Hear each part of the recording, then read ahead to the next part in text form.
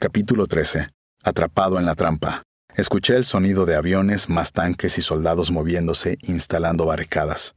Parecía que en un instante habían organizado un sitio en el lugar completo con altavoces que gritaban órdenes. Solo entonces apareció la UA.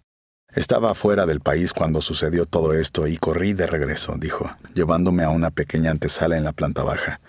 Pensé que tal vez podría ser de alguna ayuda. ¿Puedo ofrecerte un poco de vino? Tenía sed y dije que prefería una cerveza. No hubo ninguna. Obviamente estás cansado, ¿por qué no te sientas aquí y descansas un rato y te preparamos la habitación?, dijo la boa. Monseñor McGrath se había estado quedando aquí, pero ahora se ha ido. ¿Qué pasa? ¿No quería verme?, pregunté haciendo una pequeña broma. Bueno, ya sabes cómo es, dijo la boa, haciendo una mueca. No quiero que me consideren aquí bajo asilo, dije. No quiero que le digas a nadie que he pedido asilo, porque no lo he hecho. Estoy aquí en contra de mi voluntad. No le digas a nadie que he venido aquí en calidad de funcionario. Pero ya les he dicho a los estadounidenses que estás aquí, dijo. Salí al salón principal de la embajada. Me llevaron a un dormitorio en el piso de arriba que obviamente acababa de ser abandonado por McGrath. Todavía tenía el olor fétido del humo del cigarro. Pude ver que el eclesiástico había estado usando la embajada del Vaticano como puesto de mando. En su prisa por no verme, había dejado varias cosas sobre el pequeño escritorio, notas con nombres y mensajes, varios números de teléfono. Irónicamente, el chico que limpiaba la habitación era el ahijado del presidente recién instalado, Endara. Se llevó todos los papeles, me senté y comencé a hacer algunas llamadas telefónicas. Villanueva ordenó rápidamente que se quitara el teléfono. Con el tiempo se hizo evidente que la preocupación de la BOA no era actuar como un negociador neutral, sino concentrar todas sus energías en convencerme de que abandonara la lucha. Durante este tiempo, creo que la BOA en realidad estaba en peor forma que yo. Primero estaba el tema de la música rock ensordecedora. Los estadounidenses colocaron enormes altavoces afuera y comenzaron a reproducir un ruido abrasador y diabólico casi inmediatamente después de que sitiaron la embajada. Era un estruendo rugiente y alucinante, aunque yo estaba perdido en mis propios pensamientos y meditaciones y presté poca atención. Había varias monjas que servían como cocineras y ayudantes de la residencia, y todas estaban muy tensas y angustiadas. Pero ninguno tanto como la boa, quien realmente fue el que se desmoronó bajo la torturante música. Apeló directamente a Cisneros para que cortara la música, diciendo que no podía pensar en negociar con ese ruido infernal. Más tarde pudimos reconstruir el juego de los americanos. Nuestro embajador en Suecia, Elmo Martínez, tenía un apartamento muy cerca del enclave del nuncio. Elmo, que estaba en casa de permiso, podía concentrarse en la calle de abajo y observar cómo la BOA y Villanueva se reunían con los estadounidenses. Villanueva, en particular, pasaba información diariamente al ejército de los Estados Unidos sobre todo lo que estaba sucediendo dentro de la embajada del Vaticano. Villanueva era un hombre muy nervioso, de los convulsivos. Era una serpiente maleducada y detestable con la gente de la embajada, engañoso y distante en su forma de hablar. Pude ver que era un informante que estaba contando absolutamente todos los detalles de lo que estaba pasando. Cualquier cosa que alguien dijera sería informada a Cisneros. Dio informes escritos a Cisneros, habló con Cisneros. Si usábamos teléfono, bajaba corriente inmediatamente a la puerta, llamando a los americanos. Como colaborador que era, también dibujó un mapa que mostraba el diseño de la embajada, incluso la ubicación de mis habitaciones, para que los estadounidenses pudieran planificar lo que querían hacer. Tenemos fotos que muestran a Villanueva reuniéndose con los estadounidenses en la puerta de la embajada, entregándoles el mapa. Mi habitación estaba en la puerta trasera, flanqueado a otro edificio. Justo detrás de la habitación había un estacionamiento. Una vez informados por Villanueva, se reubicaron con equipos de monitoreo y teléfonos para estar lo más cerca posible de mí. Aunque era obvio que Villanueva me estaba informando, hizo esfuerzos por hablarme. Se le vio discutiendo con los asistentes de la BOA e hizo todo lo que pudo para desvirtuar su autoridad. Los exiliados vascos lo detestaban especialmente. Actuó como si se supiera que nos conociéramos, pero le dije que ni siquiera habíamos visto una foto de él antes. El general Thurman estaba muy molesto porque pudiste escapar de su vigilancia, dijo. Nos ha pedido a Monseñor Laboa y a mí que te entreguemos para bien o para mal. ¿Y quién diablo se supone que eres, de todos modos?, pregunté con sarcasmo, copiando el tono con el que los vascos trataban a Villanueva. No es una sorpresa, eres como los vascos, dijo. Tú eres uno de ellos. Llevas 10 años protegiendo a esos desgraciados. Pero yo soy el representante del arzobispo McGrath. ¿Por qué no vas a saludar a Thurman y a Cisneros de mi parte?, dije desdeñosamente. Dígales que el tipo que se suponía que debía matar está vivo y bien. Todos los días rodeados podíamos escuchar los tanques y los aviones y helicópteros y el sonido de los gritos de los manifestantes, los mismos manifestantes de siempre, con sus lujosos autos. La pobre gente no estaba a favor de esto, ni tenía nada que celebrar después de que los estadounidenses invadieran sus barrios y mataran a sus amigos y familiares. A medida que pasaban los días, me preguntaba cuánto duraría el enfrentamiento. Una posibilidad era que los estadounidenses eventualmente bajaran la calificación y bajaran la guardia. Tendría que esperarlos. Alternativamente, si tuviera que rendirme, al menos me entregaría a un panameño. Pero los panameños colocados en el cargo por los estadounidenses no querían eso. Su fiscal general, Rogelio Cruz, dijo que si me entregaba a las autoridades panameñas, no tendría forma de entregarme a los estadounidenses. Los panameños definitivamente querían que los estadounidenses me llevaran y resolvieran su problema. Le pregunté a Gaitán si sabía dónde estaban las armas que yo había traído a la embajada, las granadas, la ametralladora AK-47. Dijo que se habían ido, alguien los había entregado a los estadounidenses. Tuve acceso a otra arma, una Uzi, gracias al teniente coronel Arnulfo Castellón, quien había llegado a la residencia de la iglesia tiempo después que yo. Pudo pasar de contrabando el arma a través de su hermano, un médico que lo visitaba a diario. Finalmente permitieron que el hermano se llevara a Castrejón a casa y la Uzi se quedó conmigo.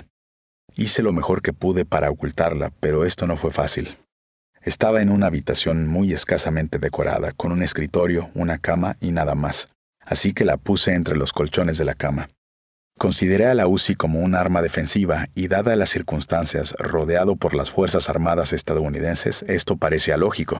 Ni por un instante consideré tomar rehenes, ni matar a Laboa ni a nadie, aunque el propio Laboa me dijo que los estadounidenses estaban haciendo circular esos rumores. Laboa se rió de la idea. Sabía que esto era algo que yo nunca haría. Ni por un instante pensé en suicidarme.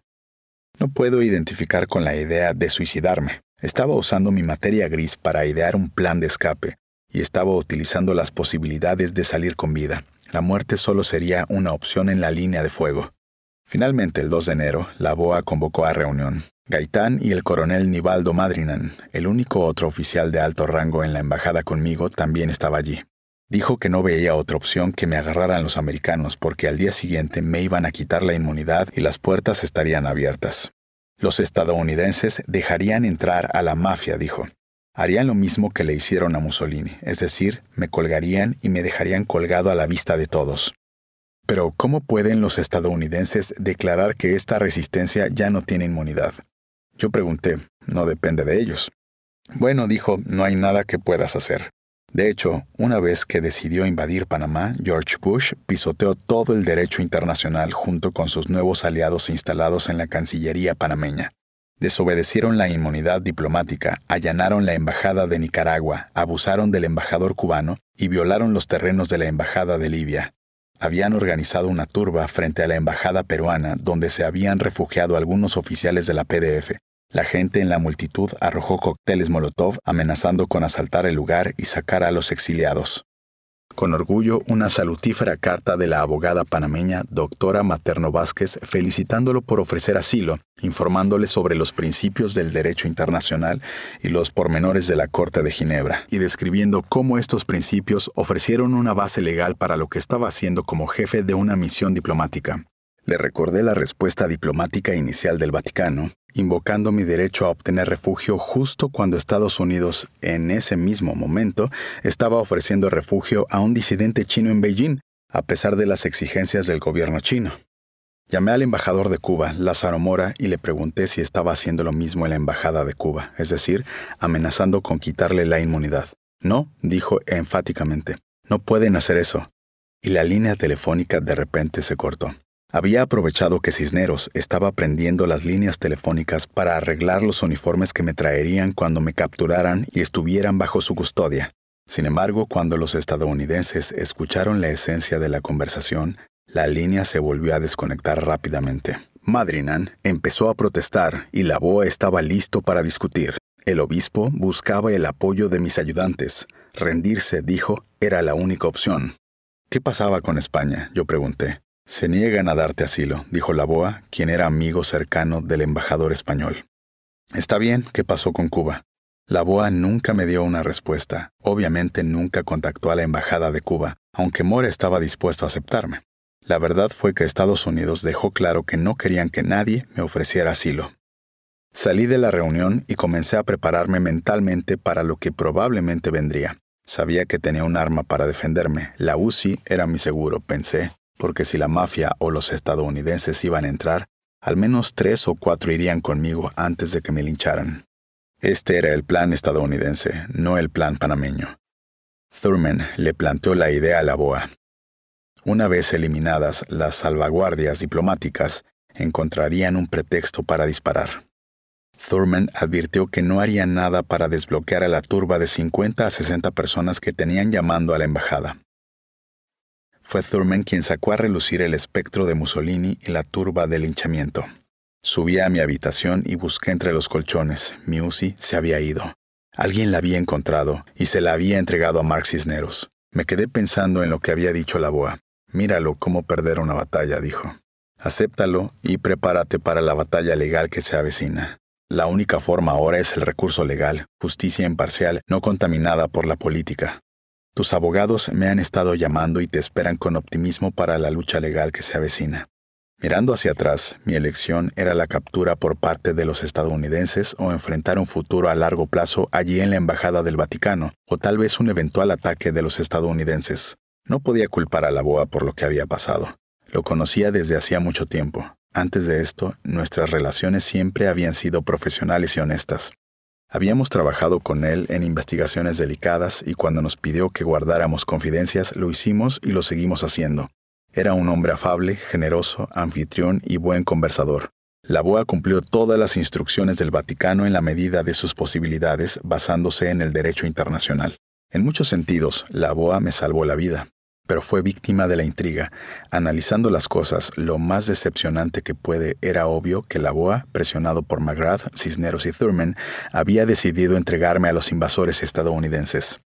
No estaba esperando a un emisario del Vaticano, un sacerdote también especialista en derecho internacional, que había sido enviado para reunirse con nosotros y ayudar a analizar el caso. Entendí el perfil psicológico de Laboa, sabía que estaba nervioso y vacilante con sus decisiones políticas. Esto era algo más que McGrath también sabía.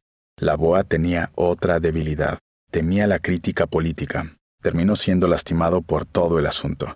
El Vaticano lo transfirió a Paraguay. La degradación a un puesto distante, aparentemente una reprimenda. Desde allí envió un mensaje a través de un amigo panameño en común, Liz Farrocha. Dígale al general que tiene mi admiración, envíale mis saludos y dile que lo siento. Quedarme en Panamá bajo la jurisdicción del gobierno no era una opción legal. El fiscal general, Rogelio Cruz, se negó a asumir responsabilidad alguna, aunque sostuvo que tenía cargos pendientes en mi contra en el caso de Spadafora y otros. Al día siguiente, 3 de enero de 1990, todo se hizo con precisión. Todo lo que hizo y dijo Laboa fue parte de una tapadera para preparar el camino, psicológicamente para entregarme. Lo mismo dijo Laboa después que tenía que usar un poco de psicología sutil para poder cumplir su misión. Me trajeron un uniforme, me cambié y bajé como a las 6 de la tarde. En la puerta se habían formado una cola, primero las monjas, las vascas, las panameñas y finalmente Villanueva. Fue profundamente conmovedor y las emociones humanas fueron variadas. Lágrimas, fuertes apretones de mano, abrazos casi sofocantes. La mujer de uno de los militares de ETA pidió que no me delataran. Al final de la fila, Villanueva me tendió la mano. Lo miré y dije en voz lo suficientemente alta para que todos escucharan. «Nos volveremos a ver». Recordé lo que me había dicho Laboa. «Nuestra única seguridad y lealtad es que Dios nunca nos abandonará». Me dio una Biblia y colocó un rosario con una cruz alrededor de mi cuello. Me obligaron a subir a un helicóptero estadounidense al comienzo del viaje a Miami. Detalles posteriores a mi captura han sido bien documentados. La verdadera historia de cómo el sistema de justicia estadounidense me llevó a una larga pena de cárcel no lo han dicho.